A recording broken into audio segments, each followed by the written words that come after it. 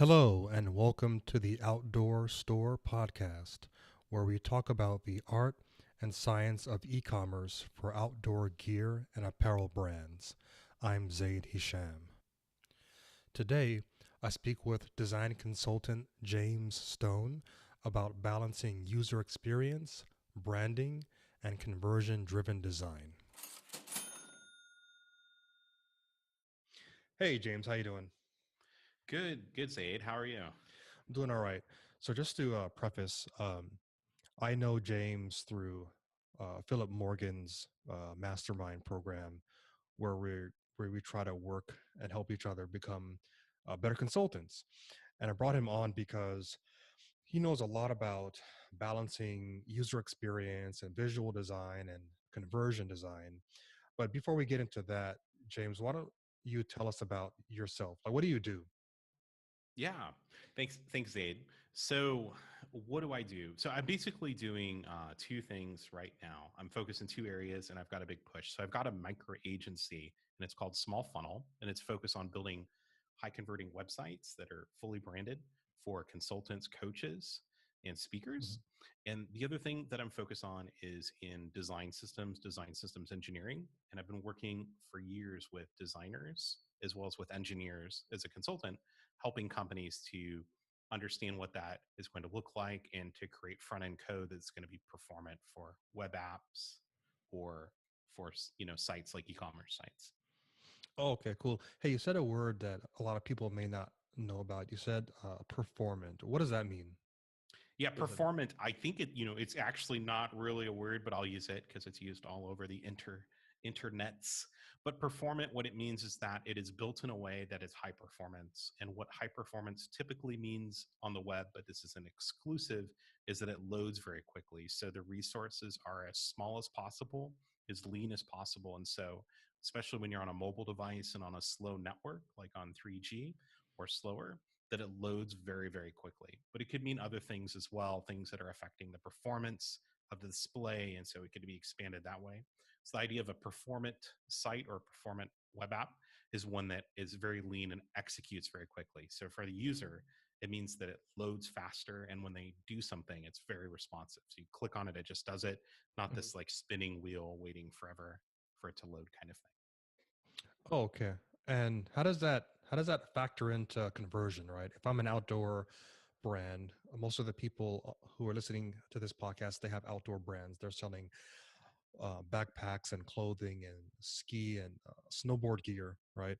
So, why does that matter for them and their site? Yeah, I think it has a big effect. So I can't remember the exact study, but there's all sorts of studies that talk about how much time someone will actually wait for your site to load. So the first thing to think about is long tail. So when people are shopping on your site, they're not going like a lot of people imagine their site as this like hierarchy, right? Like if you Hmm. think of like a brochure, I'm going to look at the homepage first, and then we're going to kind of drill down to the PLP, which is the product listing page, and then to the PDP, product description page. And while there might be people doing that, typically what they're doing is they're coming in off of an advertisement or they're coming in off of a Google search or some sort of related article, and they're coming in directly to the product description page, which is where you'd buy the product. Now, if that takes 10 seconds to load on a mobile phone and someone's, Hmm. on a bus or they're in a car or whatever, they're not going to wait. They're going to click back and just go to your competitor. And if the site loads faster, then it's not a problem. So speed is certainly something you should be thinking about. And because mobile is such a rising thing in e-commerce, so more and more people are not just viewing websites where they can purchase, but they're actually purchasing things on their phone. It makes you really want to make that experience really, really great and fast loading. Okay, great. Yeah, and I want to talk a little bit more about that. Uh, but before that, you recently moved to Finland, right? How was that Yes. for you? How was that? Yeah, so I've been in Finland for a little while, and so far I'm having a great experience here. I've never been to Finland before, and I'm not being paid by Finland to say this, but I'm having I'm having a great Mhm. experience. I'm originally from Washington State, but lived in California much of my life, and yeah, there's something very special about Finland that really appeals to me, and I'm enjoying it here. Cool. I know they have a lot of like s- there's a lot of snow there, right? or like ice there, right? Or no? Yes. I've never been there. I don't know. Sure. So I live in southern Finland, and so all the way on the southern. So they call it the tropics here because it's the warmest part of Finland. But to give you an Mhm. idea, um, in Helsinki earlier this year was like minus 22 Oh wow. Celsius with like minus 30 Celsius wind chill. And I Hmm. used to tell people, oh, like below zero, you mean like below freezing? It's not really that different. Like it's not that bad as long as you dress. Mm. But I have to say, like I think below like minus 12 Celsius, like that is really cold. Like my Mm. face hurts, like my tears start to freeze. I get ice in my beard. Wow. Uh, yeah, it's uncomfortable. And I even had a point on that day in Helsinki where like I had these like gloves, like whatever the temperature was rated for, it was just not enough. And I was like taking the gloves and like trying to hold my hand in front of the other to try and keep them warm against Oh the wow. wind. So yeah, we have plenty of snow, and it's an extremely cold winter from what I understand. And we have pretty good snow coverage through the whole winter. It's just starting to melt right now. Oh wow. Okay. Yeah. All right. Cool, man. Yeah. So we were talking about balancing user experience and visual design and conversion design, but I want to take a couple minutes to define those things for my audience, because a lot of people that I've talked to, when you talk to them about conversion rate optimization or even just um, user experience, the idea of working on your website beyond like graphic design, right? Or beyond like customizing a theme, a Shopify theme um, with some logo and like a tagline, right? There's a lot more to it than that, right? So let's talk about UX first, right? So what do you think that means? What's a easy way to explain to people who've never heard that before? UX. So what does that mean? What is it? Yeah. So I'm not like a academically trained user Sure. experience designer, but I've worked a lot with designers and I've worked in industry for quite some time. I would say there's kind of two roads to user experience. There's like kind of the research road where you're kind of trying to understand what the problem is, trying to watch how people are trying to solve a problem, and much more research focused. So, like, kind of on the street, focus groups, watching how do people interact with the software? How can we make it easier to use? How can we understand what their questions are? And so Mm. that's one role. And then the other role is taking that research and creating the semblance of what's going to be the product. So this can be wireframes and layouts and what would become the website, but it is kind of a more Spartan version of it. And I Mm. think in general, the goal is to have some empathy with the user to make the experience for them at least easy to use or intuitive, if not like delightful. We'll put in quotes because I know that's a little bit of a loaded word, but it's to make the software or the website easy to use. So you look at it, you're like, oh, I get it, and you can just use it without having to Mm. read a whole book. Like that's kind of the general idea. Yeah, I think a lot of people, especially on Shopify, they get themselves into trouble because what they do is they start installing. So Shopify has a very big ecosystem of plugins and apps. So things like image sliders, and they think, oh, well, this is just another free tool I can install on my site, and they don't really think too much about how it impacts the experience of the user. Although it looks great, and it seems like a lot of other people are using it. So that's a problem that I've seen.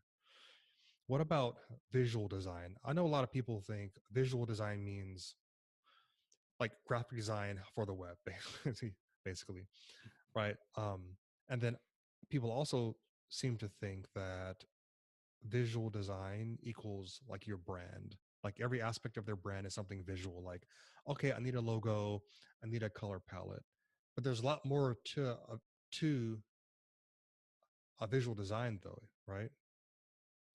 Yeah. So if we think about UX, right, and they're really focused in the research and kind of like the building blueprints of what become the product, I think visual design is much different, and it can actually they can be very siloed and not necessarily in the same way. So with visual design, and I focus in this in my education, you were focused like purely on the visual aesthetics. And I think aesthetics is like really the thing to think about, and using all of the tools of art and design to create like a mood and experience. Like, what is this? Like, what do I want this person to feel? Like, what is like the emotion? And so it's very much this kind of like um, artifact of like, what is this emotional response I want someone to have with the site. And it can tend to look like, so like movie posters. I think we were talking before the show about Yeah. movie posters. I think they still have them. I haven't been to the Hmm. theater in a while, but that's like a great example of visual design, because it's all about like sucking you into that movie and you're like, wow. And they use like all the tricks in the book, right? They use like the blue and orange, right? Like to get this like really great contrast and mood, and you're like, wow, what is this movie about? And then it's just got some text, and there's really not that much to the movie poster Hmm. other than the visuals. Like there's some text, but like this is really, you just need to know the name of it, right? So it's just the name of the film, and there's all this like other text that's like really tiny on the bottom. You can't even read it unless you got really close.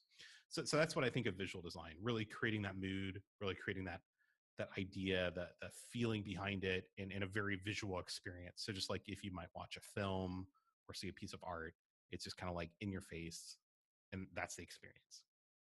Cool. What if you have, like in your experience, right? How, how do you know which part of this design work that a site is getting and not getting?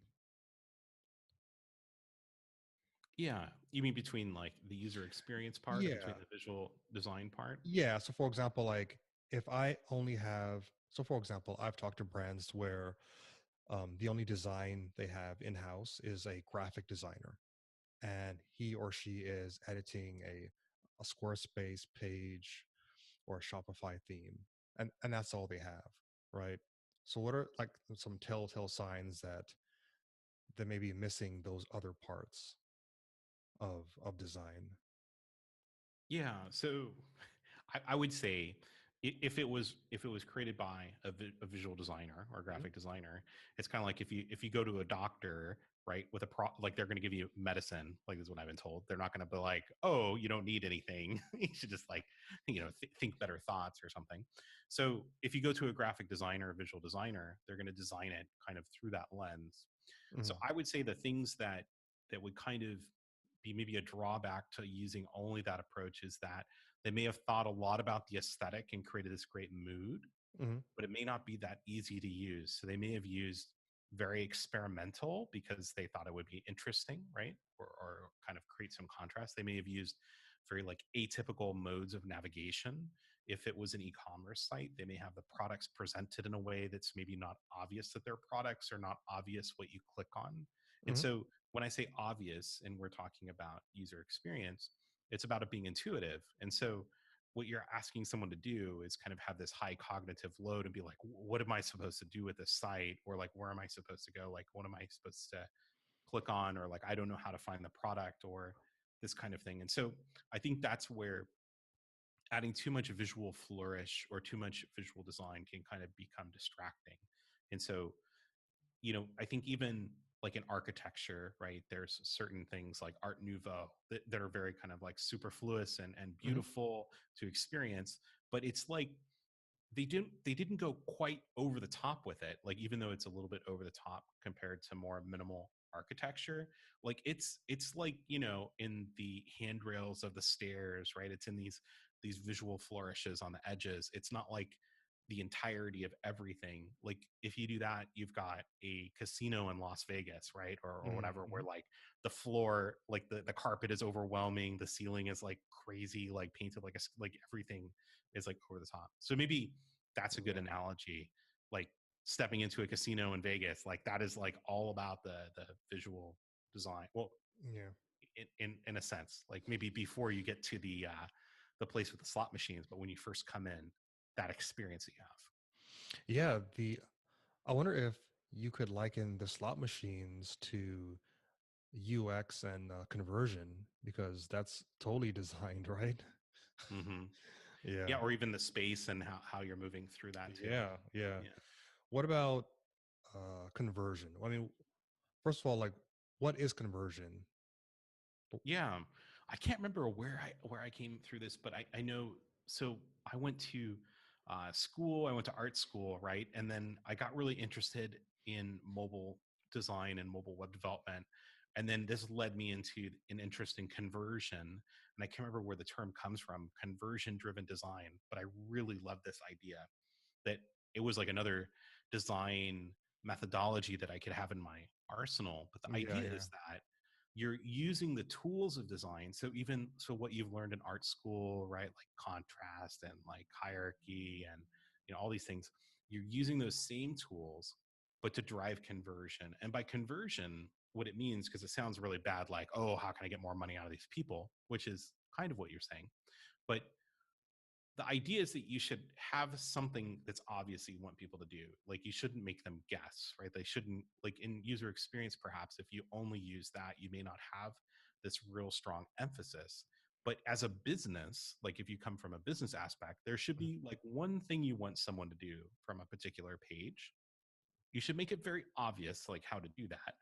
And so we use the tools of probably user experience and visual design yep, yep. to emphasize that. It's not just about, oh, is it a bright orange or is it like what kind of orange, but it's about creating visual contrast and hierarchy and using these things to make things very obvious or have a clear hierarchy of like, this is the primary thing you should do. This is like the secondary, right? And Mm. not having like 100 things, but like, two or three really obvious ones.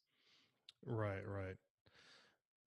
One of the things that Shopify themes will have is they'll use a lot of them will be responsive, so they'll Hmm. work on mobile, but they're kind of it's a theme, right? So it's created in a vacuum. So how do you go from like a theme and insert your brand into that and your visual design in a way, because I know that performance is a problem on mobile for a lot of people, and that there's a lot of mobile traffic as well as more and more people try to do everything on mobile, because that's one of the sort of principles of designing a mobile app, right? Which is anybody given a good experience, people will do absolutely everything on mobile. There's nothing that people won't do on mobile if the experience is good enough, right? So how do you get to that point though? How do you go from you have a brand, a backpack brand, for example. You have a logo, you have a palette, and then you have this vanilla Shopify theme, right? What what are the things that can trip you up and hurt conversion or hurt sales, really, right? That can hurt sales on mobile. Yeah. So how about I'll flip this question on you a little bit. Yeah. And I don't have a Shopify store and I don't have an outdoor brand, but let's imagine for a moment that I did. Hmm. And I think there's two stages, right? So, and I'm not against using themes, but like you said, they're created in a vacuum, and we're talking about mass production. So when they create a theme, they're trying to make a solution that's for everyone. It may not just be outdoor brands; it may just be for any kind of store. And so the experience that you're going to have is very generic. And by generic, I mean, like if you've ever gone to a Safeway store and there's a Safeway Select brand, it doesn't look as cool as like General Mills or like Tricks Are for Kids and all this idea of branding and the imagery behind it. It's just kind of like it is like cereal that's chocolate flavored or whatever. So if I had to solve this problem, and I think themes are great when you're getting started, like you don't have the resources or you're just experimenting and trying out online, or you just need to get something done, a theme is a great way to start. But I think the big mistake that people make in selecting a theme is they go kind of look at a bunch of themes. They're like, yeah, I like that one, kind of like preference, right? Like, like you went to like you just went randomly to go buy a car without researching it, and you said, oh, like, yeah, I like the red, I like red, I'll get the red car. But Mm. like you didn't even really know anything about it, if it got good mileage, if it was safe, like do car seats fit in the back, all this kind of stuff. So I think this is the process most people follow when choosing a theme. But if it were me, and it was an established brand, so you had a store, you've been selling for, like, say 10 or 20 years, people know who you are, Mm. like you have this certain image, right? And people understand what that is. So armed with that information, it actually saves a lot of time. What you want to do is look for a theme that is going to get you the closest to that brand experience Mm. Okay. without a lot of modification. And so that's what I would be looking for. Not like, oh, I like that one, or like, oh, this one looks modern. Like, this is a term people throw around. It's like the bold, like people used to say with design, we need it Mm. bolder, and they're like, make this other thing bolder, and like you can't make everything bold, right? You have to make Yeah, yeah, one yeah. thing bold. So like modern, I think, is like the newest. Like, it's got to be modern, right? Yeah, more modern this, right? So you got to find something that fits that brand image and that you can kind of play with, right? It needs to be configurable to the brand colors and the brand style that you have so people will recognize it. Otherwise, what's to set it apart from eBay or Amazon? It's just as easy for someone to go straight from your site, search for the product, go to Amazon and buy it. Like, why would they buy from you? I think Yeah. they would buy from you because they trust you more, right? Or there's other elements in the brand that have a strong differentiation from Amazon that would encourage them. But if you look generic, then what, you're not really offering much unless it's just the name, right, or the logo. And that's not strong enough, I think, for a website nowadays because people expect more.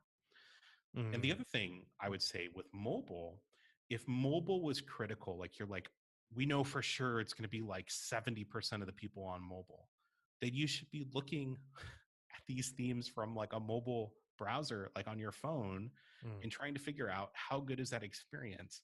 And again, not just the experience for mobile, but like, can we make this feel easily like the theme, like the branding, like the image, the style, like the who we are of the store? Will people recognize it, understand, yes, this is the James Stone outdoor store for sure, like I'm in the right place, sign me up.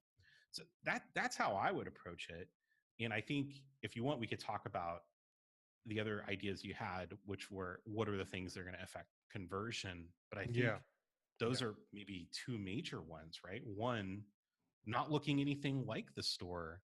Like, even you just take a photograph of your store and put it on the page, like it doesn't, like, that just looks like a listing. It doesn't really look like the store. Like, it should feel like when you go inside of a store, it's got a certain feeling, right? Like the Yeah. way that everything's arranged is put in a certain order, the style, like the type of furniture that they use, like the uniforms people are wearing, the lighting, like you could go on and on, right?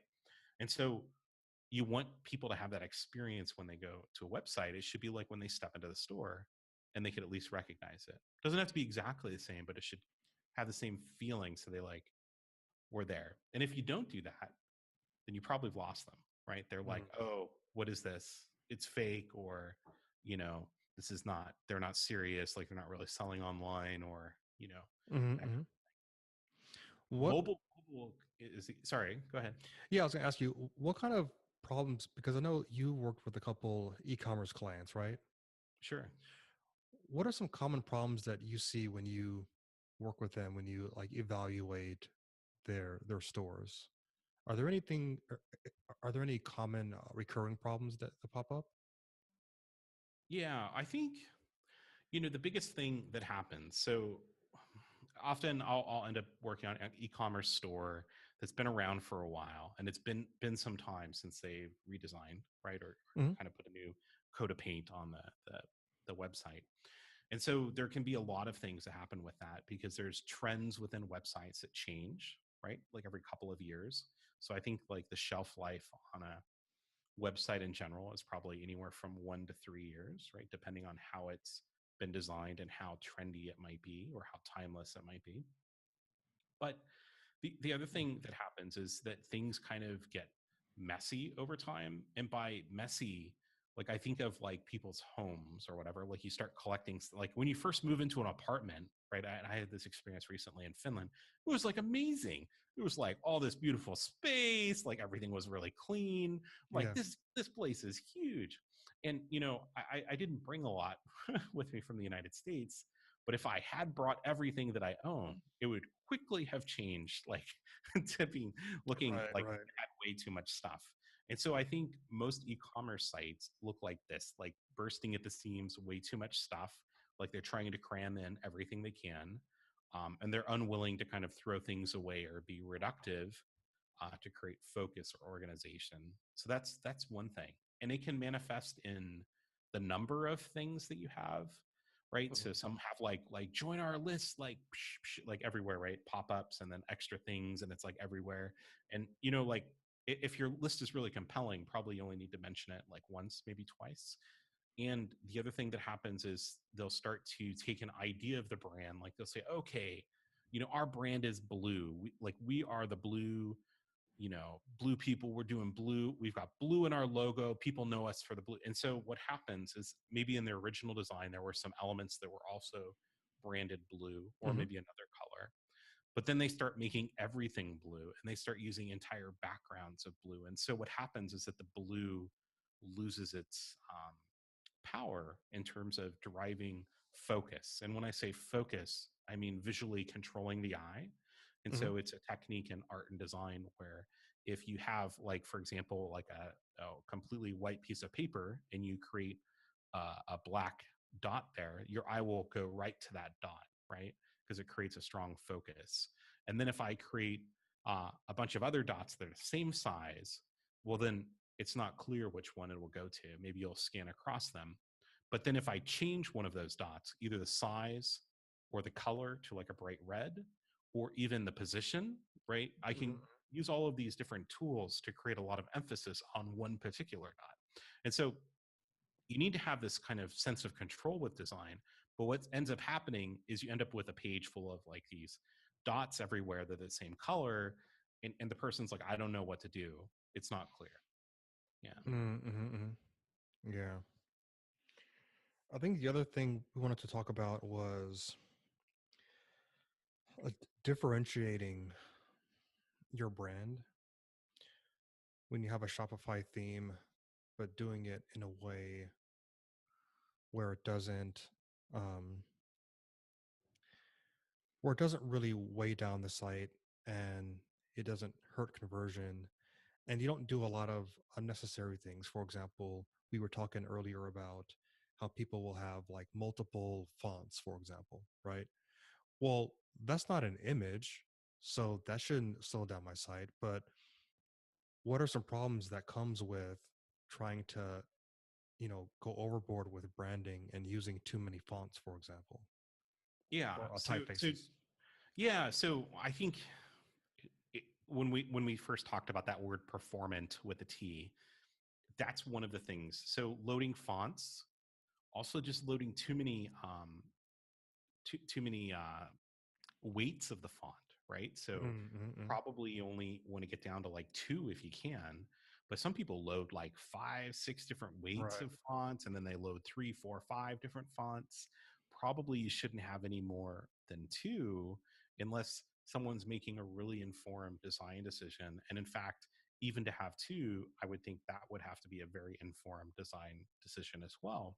You don't want to have a bunch of fonts because they load slow, and they're going to create this kind of messiness, right, with the Mm-hmm. design, especially if it's not with this intentionality behind it. So one, it's performance, so it's going to load slow on mobile. That's going to suck. And for what? You know, I don't think you're gaining a lot with having a lot of fonts. You're not really gaining much. The other Okay. things I've noticed too is people having really large images, and I'm not talking in terms of like a big hero Yeah. image or something that spans the front, but they just uploaded an image from their camera or something, and it's like 5 megabytes or something huge, or it's the wrong format, Yeah. like a PNG format, 24-bit, and it's super slow loading. I mean, your website should probably be under 2 megabytes, and then people will upload an image that's bigger than even that, and so that can really create a problem. Right. So I think those are probably the biggest ones. I mean, I think an image is a really big problem. In terms of things that you can do that don't impact performance, and we're going to go a little bit technical. So if you don't know what these terms are, you can talk to your, web guru, whoever that is.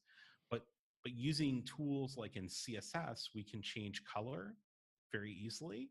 We Hmm. can also use gradients or multiple sets of gradients, and we can use images if they're compressed correctly using JPEG and you have the right size and format so it's loading very quickly. These are all things that you can use very, very easily to kind of create a visual brand and kind of set yourself apart from the pack. So, like, Hmm. I mean, probably almost all Shopify themes, probably with a white background, very minimal in some cases, right? Or it could be something else. So you have to ask yourself in your space, right? If I'm an outdoor store, what do all these other websites look like? What do all these other Shopify sites look like? Can I customize this, not just to be random or arbitrary, but can I customize in a way that will help me stand out and kind of stay on brand? And Yeah. so in some cases that might be, we're going to use a dark background, right? And that's not necessarily, you don't necessarily want to make that choice. It should be informed. There's reasons to do that, but you could do things to be contrarian. You could do things to just kind of fit in with your brand. And I think alignment with the brand, if you have an existing brand, is really important. So don't just, you can't just like do a bunch of tricks and hope that people convert. Like maybe it'll stand out like in a bunch of thumbnails, but then what? You have to actually follow through and sell someone. And again, if the brand alignment isn't there, you're probably not solving a problem. Awesome. Awesome. Yeah, this has all been very, very useful, James. Thanks. Before we close, though, you mentioned that there's actually a lot of outdoor activities going on in Finland. Can you talk a little bit about that? So yeah, I'm from California, and I thought, man, people in California are so outdoorsy. But I moved to Finland, and they have taken it to a whole new level. So we're in the winter here, and we have a very cold winter. It's like only every 4 or 5 years. So the river froze. I got to walk across it, but I'm Mm. not brave enough to do this myself. But other people just go out for a stroll on the river. So you're walking on the frozen ice of the river, also walk on the frozen ocean. And I thought, okay. And then I saw people going by in like cross country skis on the frozen river, right? And then I saw people on ice skates, Mm-hmm. and then I saw people riding bicycles. And then I come to find out that the whole ocean's frozen around here, and people are like skiing and riding bicycles in between the islands and all over on the ocean. And it's just like a normal thing, like just go That's out for a awesome. stroll on the ocean. Yeah. But in addition to that, people are very active walking outdoors. I forget how many like we have something like 1,000 kilometers or hundreds of kilometers of paved and unpaved biking trails, and we have paths that go through the river that are for cross country skiing. So if like a cross country skiing, I think they call it a track, even though Hmm. it's kind of through the forest. And so you can go anywhere and do this stuff like anytime. And like it's like everyone's doing it. Like everyone's outside walking around and hiking and bicycling everywhere. It's amazing. It's crazy. That's awesome, dude. If people want to get a hold of you or want to learn more about you, what's the best place to find you? Yeah. The best place to find me right now is, my name is James Stone. So it's obviously with two S's. And if you go to jamesstone.com, two S's, so JamesStone.com, Hmm. that is my website. And if you want to email me or get a hold of me in some other way, that's the best way to find me. Okay. Awesome. Well, James, we're at the end, but thanks for dropping by. Awesome. Thanks, All right. Aid. Thanks for having me.